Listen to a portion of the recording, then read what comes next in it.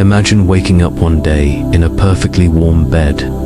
The sheets are soft, the air is still, and nothing demands your immediate attention. No alarms ring, no urgent responsibilities claw at your skin. For a moment, you think this is peace. But then, something unsettling creeps in.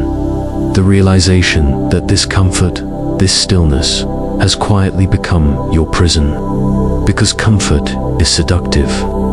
It whispers to you that you've earned rest, that you deserve ease, that maybe tomorrow is the day you'll push harder, reach further, demand more from life.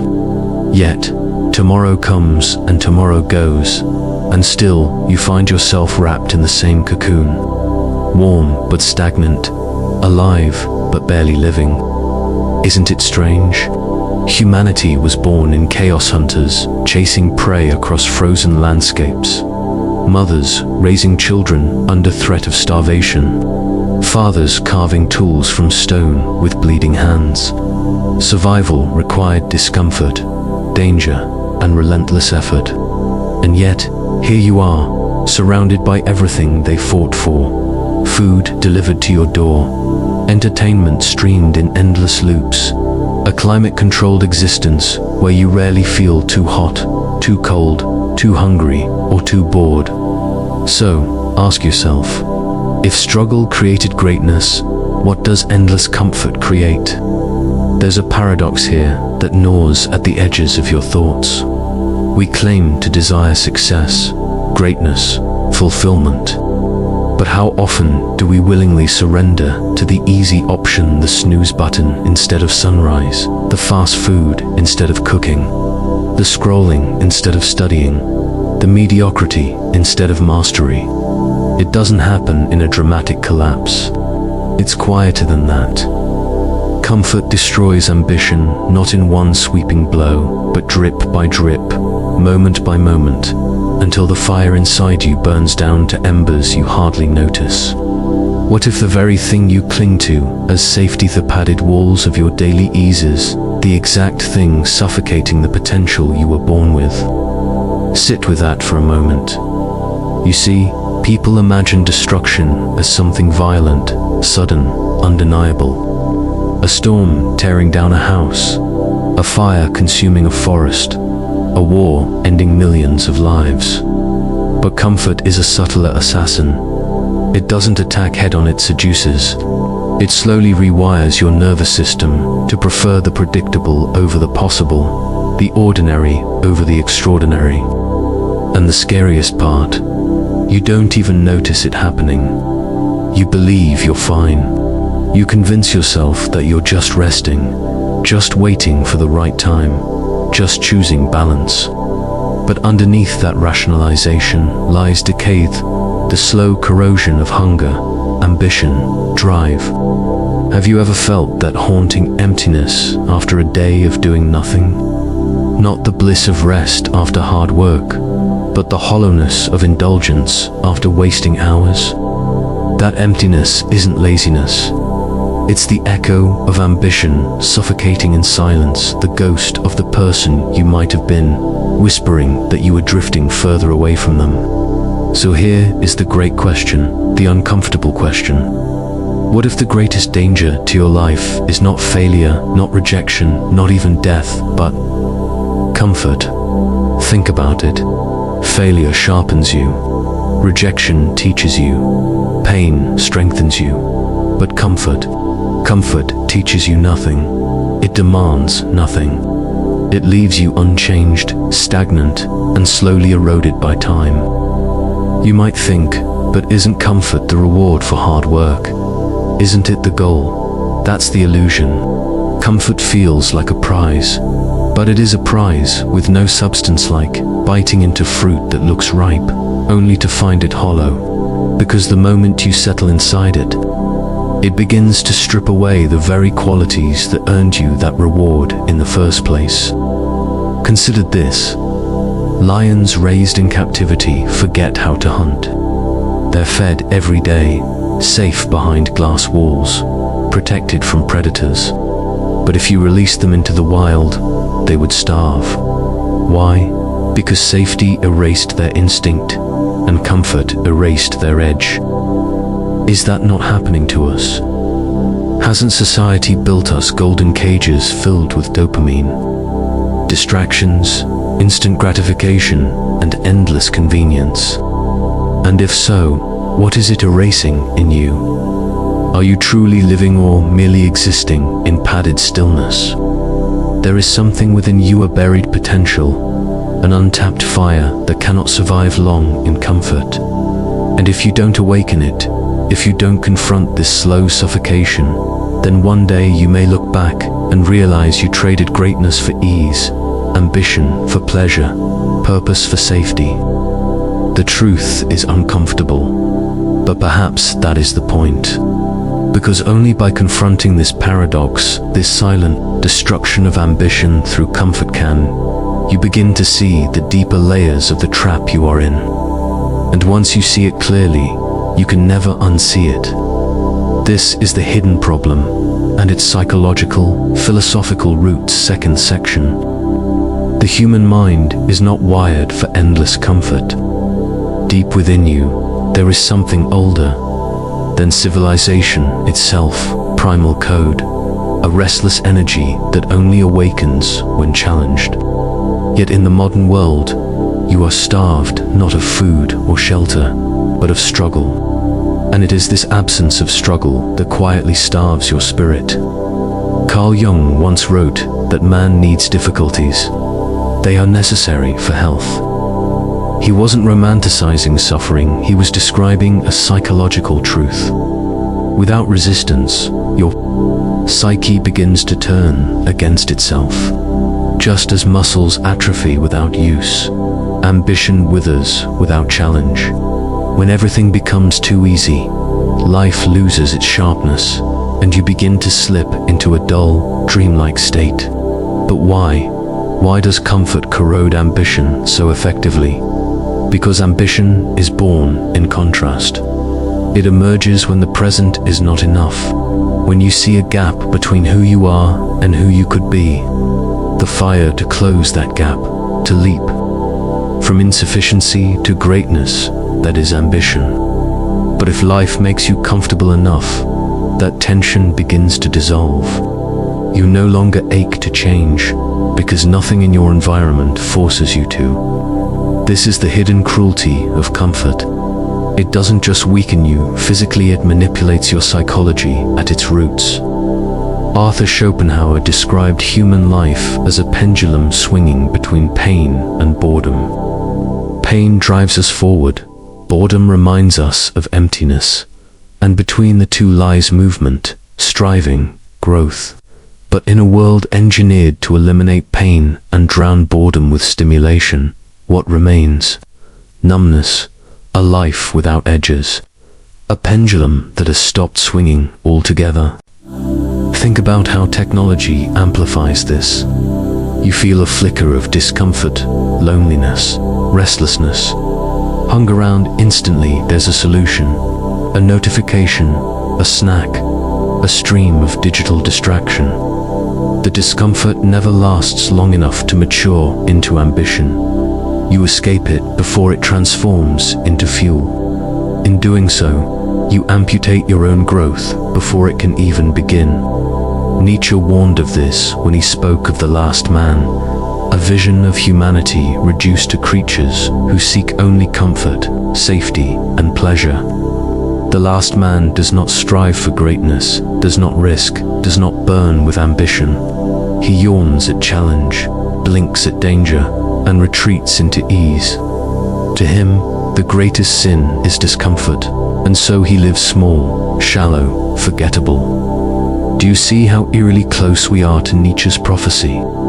Ask yourself, when was the last time you allowed discomfort to remain long enough to transform you? When was the last time you leaned into hunger, into fatigue, into fear, not as something to escape, but as something to sharpen you? Modern psychology tells us that meaning is not found in comfort, but in challenge. Viktor Frankl, the psychiatrist who survived Auschwitz, wrote that man's deepest need is not pleasure, but purpose. and that purpose is discovered through struggle. In his darkest days, he observed that those who could endure unimaginable suffering were those who clung to meaning. The belief that their pain was tied to something larger than themselves. And yet, here you are, living in a time where suffering can be avoided, where friction is removed at every turn. You no longer fight for survival, so you forget to fight at all. But this avoidance comes at a cost. Psychologists speak of learned helplessness, a state where repeated ease teaches the brain that effort is unnecessary. You begin to shrink from resistance, to see difficulty as an error in the system rather than a necessary condition for growth. Your brain rewires itself to prefer passive consumption over active creation. And once that rewiring begins, comfort doesn't just weaken you, it enslaves you. Consider this. Dopamine, the brain's motivation molecule, is designed to reward you for effort, for pursuit, for the chase of something meaningful. Yet, in a world of instant gratification, dopamine is hijacked by empty rewards, likes, clicks, instant meals, endless shows. Your brain lights up, but your soul dims. You feel rewarded, but nothing was actually earned, and slowly, you forget what real reward feels like, the hard-won triumph that comes only after discomfort, failure, persistence. This is why you sometimes feel hollow, even while surrounded by pleasure. It's not because something is missing outside you, but because something has gone dormant within you. The machinery of ambition has been rusted by disuse. Jean-Paul Sartre once argued that freedom is terrifying, that we flee from it into comfort, because freedom demands responsibility. To choose growth is to choose suffering, uncertainty, the possibility of failure. But to choose comfort is to surrender freedom itself, to escape the burden of becoming more. And so, without realizing it, you trade your deepest potential for the shallow security of ease. This is the hidden problem. Comfort isn't merely a state, it is a philosophy, a silent worldview that seeps into your bones. It tells you, stay safe, stay small, do not risk, do not climb. It convinces you that ambition is unnecessary, that greatness is optional, that mediocrity is good enough. And the longer you stay in that state, the more it becomes your identity. You stop believing you are someone capable of hunger, of sacrifice, of drive. You begin to tell yourself stories. I don't really care about that. I'm not meant for that. That's just not who I am. These are not truths. They are excuses, whispered by comfort as it tightens its grip around your spirit. The philosophers and psychologists saw this long before us. They warned that human beings do not thrive in endless ease. We thrive when tested, when pressed, when forced to transcend what we thought we could endure. Without that, life becomes flat, shallow, absurd, and maybe, deep down, you felt it too. That nagging emptiness after a day of indulgence, that quiet voice that asks, is this it? Is this all you're meant for? That voice is not your enemy. That is your ambition, clawing against the walls of comfort, begging to be released. But if you continue to silence it, if you continue to numb it, then one day it may go quiet forever. And that silence, that death of ambitions, the greatest tragedy of all. The unseen consequences, Section 3. The tragedy of comfort is not just what it takes from you directly. It is what it takes from you silently, invisibly, while convincing you that nothing is wrong. Its consequences are not dramatic explosions, but subtle erosions, the kind you only notice when too much has already been lost. Think about how comfort shapes your daily reality. You wake up and your phone is within arm's reach. With a single swipe, you drown your brain in stimulation, messages, news, entertainment, endless streams of content. This feels harmless, even productive. But beneath the surface, something deeper is happening. Your mind is being trained to crave the path of least resistance. You are rewiring your instincts to prefer ease over effort, passivity over creation. And slowly, without realizing it, you become a consumer of life rather than a participant in it. This is the first unseen consequence, the quiet erosion of willpower. Willpower is like a muscle. It strengthens with resistance and weakens with indulgence. Yet in a world where nearly every discomfort has a shortcut, your willpower is left idle, unused, frail. So when real challenges inevitably come, grief, failure, financial crisis, betrayal, you find yourself unprepared. Your capacity to endure has been hollowed out by years of ease. The second consequence is more sinister. Comfort blinds you to your own potential. Imagine a bird raised in a cage so long that it forgets the sky. The cage feels safe, predictable, sufficient. But that safety is an illusion, because the bird was not born for safety, was born for flight. In the same way, you have capacities within you that you may never discover simply because comfort never forced you to. Entire lives are lived without ever touching the edges of their own potential, and not because people were incapable, but because they were too comfortable to try. What dreams have you already buried under comfort? What parts of you remain unborn because nothing ever demanded their birth? Then there is the societal consequence, the collective sleepwalking of entire cultures. Look around, notice how quickly people grow restless when even minor discomfort arises. A slow internet connection sparks outrage. A delayed delivery feels like injustice. We have engineered lives so frictionless that even the smallest obstacle feels unbearable. And in doing so, we have raised generations fragile in spirit, allergic to hardship, unable to withstand the storms that every human life inevitably brings.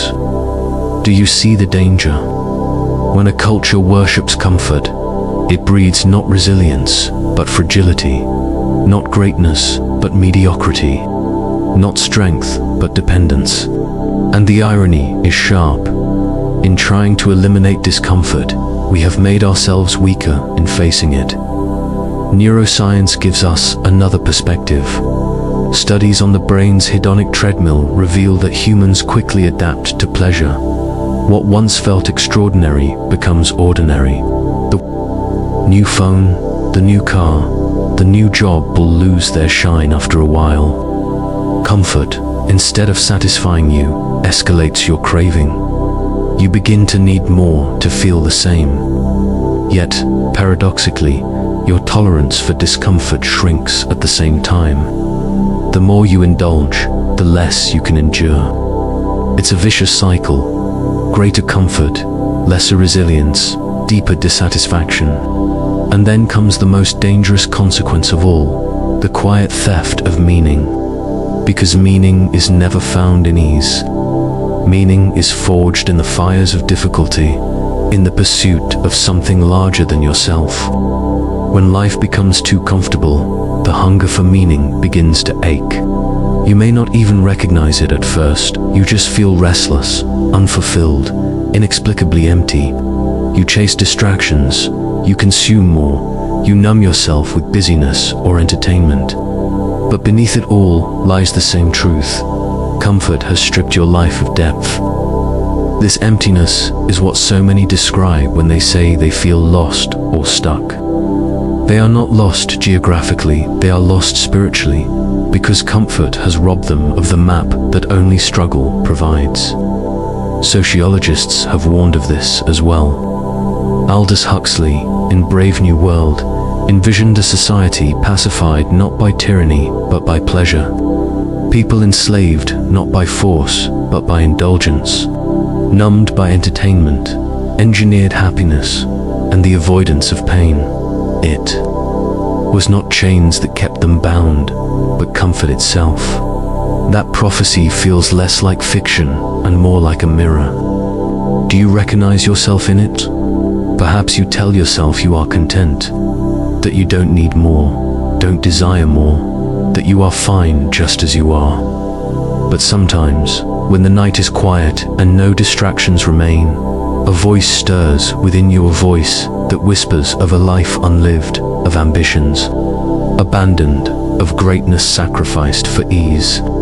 That voice is the sound of comfort's consequence. It is the echo of the person you could have been, the warning of the person you may still become if you choose to remain asleep. And here lies the ultimate irony. Comfort, pursued endlessly, does not even give you comfort. It gives you anxiety, emptiness, restlessness, because the human spirit was not designed for stillness. It was designed for motion, for battle, for striving. Deprived of that, it turns on itself. Depression, anxiety, existential dread, these often bloom not in suffering but in its absence, in the sterile air of a life too easy. So perhaps the greatest unseen consequence is this: not that comfort weakens you, but that it convinces you the weakness is normal. That drifting through life without fire, without hunger, without striving is just the way things are. And once that belief hardens, ambition dies, not with a scream, but with a sigh. The prison of comfort is not built of walls or chains. It is built of habits, of daily choices to avoid what is hard, to retreat from what is uncertain, to silence what is demanding. And the longer you stay within it, the more it feels like home. Until one day, you wake up and realize you are not living at Olu, are merely existing. But here is the terrifying beauty. Once you see the bars of the cage, you can no longer unsee them.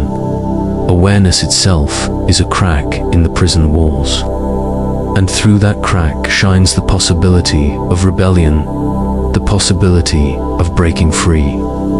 The Rebellion, How to Break Free, Section 4. If comfort is the silent assassin of ambition, then rebellion must begin with discomfort. Not the discomfort that life forces upon you, but the discomfort you choose. Because the only way to escape the prison of ease is to deliberately walk into the fire you've been avoiding. But this isn't just about pushing harder, working longer, or punishing yourself with endless grind.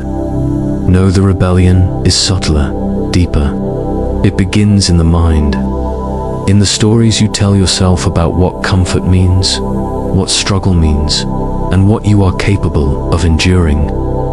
The first act of rebellion is to reframe discomfort not as an enemy but as a signal. Pain, fear, resistance, these are not barriers, they are invitations. Each discomfort points directly to the edge of your current self, the place where growth begins. Instead of running, you lean in. Instead of silencing the voice that whispers, "This is hard," you listen to it. Because that voice is the marker of transformation. History is filled with those who embraced this truth. Think of Marcus Aurelius, Emperor of Rome, ruling the most powerful empire of his time while writing meditations that wrestled with mortality, pain, and failure. He understood that greatness was not in indulging luxury, but in mastering the self through difficulty. Or consider Nelson Mandela, imprisoned for 27 years, stripped of freedom and comfort, yet emerging with a vision strong enough to reshape a nation. These figures are not anomalies. They are reminders of what becomes possible when you do not allow comfort to define you. So how do you break free? The second act of rebellion is voluntary hardship. Small, deliberate acts of discomfort that retrain the mind and body to embrace challenge. This might mean waking earlier than feels, natural, enduring cold water, fasting, lifting weights until your muscles tremble, sitting in silence without distraction. These acts are symbolic as much as they are practical. They are signals to yourself that you will not bow to the easy path. that you will choose growth over numbness. Psychologists call this hormesis, the principle that stress, in small doses, strengthens. Muscles grow when torn and repaired. The immune system sharpens when challenged. Mind becomes resilient when exposed to strain. Voluntary hardship is hormesis for the soul. The third act of rebellion is to reclaim the pursuit of meaning. Comfort tells you that meaning can be found in consumption, in what you own, what you eat, what you watch. But real meaning is found only in what you give, what you build, what you sacrifice for. Viktor Frankl showed us that even in the most brutal conditions, meaning could transform suffering into survival. Your rebellion, then, is to anchor your life in a purpose so strong that no amount of ease can seduce you away from it. Ask yourself, what do I care about so deeply that I am willing to suffer for it?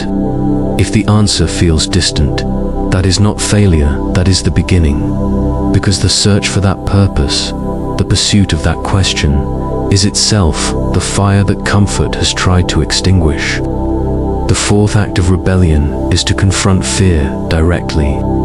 Fear is comfort's strongest ally, because it convinces you that risk is dangerous, that failure is fatal. But look closely. How many times has fear exaggerated its threat? How often has the thing you avoided turned out to be survivable, even transformative? Fear is not a stop sign, it is a compass. It points to the places where you might actually grow. To rebel, then, is to reinterpret fear as fuel. When you feel it rise, you don't retreat. You lean in. You ask, what would happen if I faced this instead of fleeing?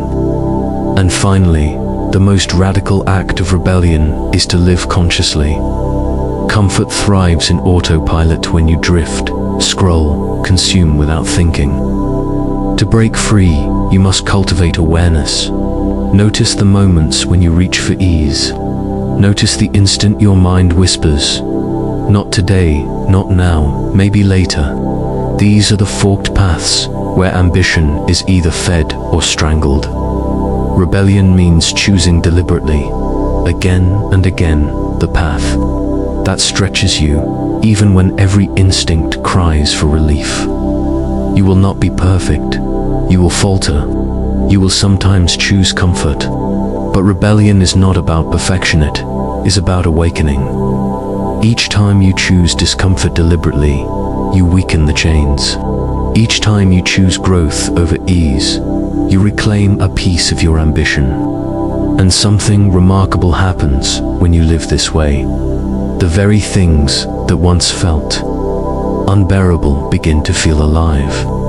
What once felt like pain begins to feel like progress. What once felt like fear begins to feel like possibility. Discomfort, instead of being a punishment, becomes a privilege. Because it means you are moving, striving, becoming. Rebellion is not glamorous. It will not look impressive to others. It may be as simple as rising before dawn, writing a single page, running a single mile, making a single choice that no one else sees. But within you, those small rebellions accumulate into something unstoppably momentum that comfort cannot touch. This is how you break free, not by rejecting comfort entirely, but by refusing to be ruled by it, not by erasing ease, but by refusing to worship it. You reclaim your ambition one choice at a time, until one day you look back and realize that the cage has dissolved and the sky has returned. And from that sky, a final realization begins to form a truth deeper than rebellion, deeper than ambition itself. A truth that may change the way you see not only comfort, but existence itself. The ultimate truth, the final, most powerful realization, Section 5. Perhaps you've already felt it stirring, the recognition that comfort is not the prize it pretends to be, but the quiet suffocation of the soul. Perhaps you've begun to sense that the antidote is not merely rebellion, but something greater. A shift so profound that it reshapes the way you see life itself. Here it is. Ambition is not destroyed by comfort because comfort is bad. It is destroyed because comfort tricks you into believing that life is about avoiding suffering. The ultimate truth is this: life was never meant to be comfortable. Life was meant to be lived in the tension between what is and what could be. Think of a flame. A flame cannot exist without oxygen. Too much air, it burns out. Too little, it suffocates. The balance keeps it alive. In the same way, your existence was never designed for endless ease. You are a flame kept alive by friction, tested by winds, sharpened by resistance. Without discomfort, your fire does not just shrink, it dies. This realization is more than philosophy. It is biology. Your brain, your muscles, your spiritual are wired for adaptation, for growth under strain. Remove the strain, and growth halts. Life stagnates. The machinery of your being begins to corrode. But here's the paradox. Though discomfort sustains you, it is not the final goal. The final goal is transformation. To become something greater than you were yesterday. To lean into difficulty, not for the sake of pain, but for the sake of becoming. This is why every myth, every story of greatness, carries the same pattern. The hero leaves home, faces trials, suffers losses, endures the impossible, and returns changed. The journey itself is uncomfortable, sometimes unbearable, yet it is the very path that reveals who the hero truly is. And so it is with you. Comfort tempts you to stay home, to remain untouched. But the truth is, without the journey, you will never meet the self you were meant to become. Friedrich Nietzsche once declared, "Become who you are." At first, it sounds strange, aren't you already yourself? But he meant something deeper. You are not yet what you could be. You are a possibility, an unfinished symphony, a becoming. To realize yourself, you must pass through discomfort, through risk, through sacrifice. Comfort keeps you as you are. Discomfort transforms you into who you might be. So the ultimate truth is not simply that comfort destroys ambition. It is that ambition itself is the whisper of your higher self calling you out of comfort, calling you toward transformation. Ambition is not greed, not vanity, not mere hunger. It is the echo of the life within you that refuses to settle, that longs for expansion, that demands you transcend the shallow cage of ease. But there is something even deeper still. The search for ambition, the rebellion against comfort, the hunger for growth. These are not just personal struggles. They are the very essence of being human. To live is to strive. To breathe is to wrestle with possibility.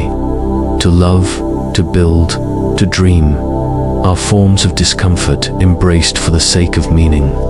And meaning is the real treasure hidden beneath ambition.